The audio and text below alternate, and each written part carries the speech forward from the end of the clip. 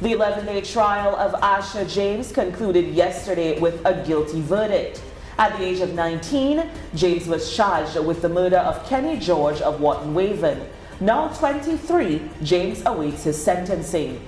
Following his arrest and throughout the trial, James and his defense team insisted that he acted in self-defense on the night of the incident.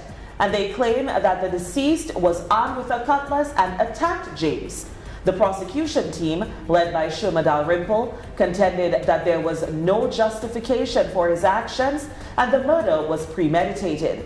The prosecution stated that the victim was never in possession of a cutlass and questioned why, if James was also being attacked, he had no cuts or bruises. Dalrymple and her team produced an eyewitness, Michael Xavier, who told the court that he saw James chop George. He went further to say that he saw George attempting to run away, but James held him, dragged him, and continued to chop him.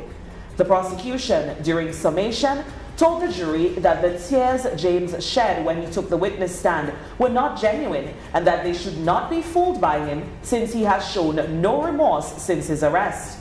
And lead defense attorney Geoffrey Leighton, in his own summation, told the jury that the prosecution had failed to prove its case beyond a reasonable doubt. Our case is one of self-defense. The evidence clearly support that. On the day in question, James was acting in self-defense of his life, and he had to act or he would have been deceased, Leighton said. And Leighton also stated that the witnesses for the prosecution did not provide consistent statements and that it is difficult to tell whose version of events is the truth. Presiding Judge Justice Errol Thomas, in his address to the jury before their deliberations, explained the legal difference between murder, self-defense, and provocation.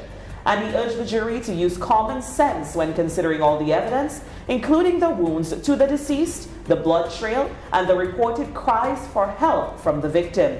And he also told the jury that all testimonies should be given the same amount of consideration, including Asha James's testimony on his own behalf. Justice Thomas asked the jury to consider whether Asha James acted in self-defense or if he was provocated in any way.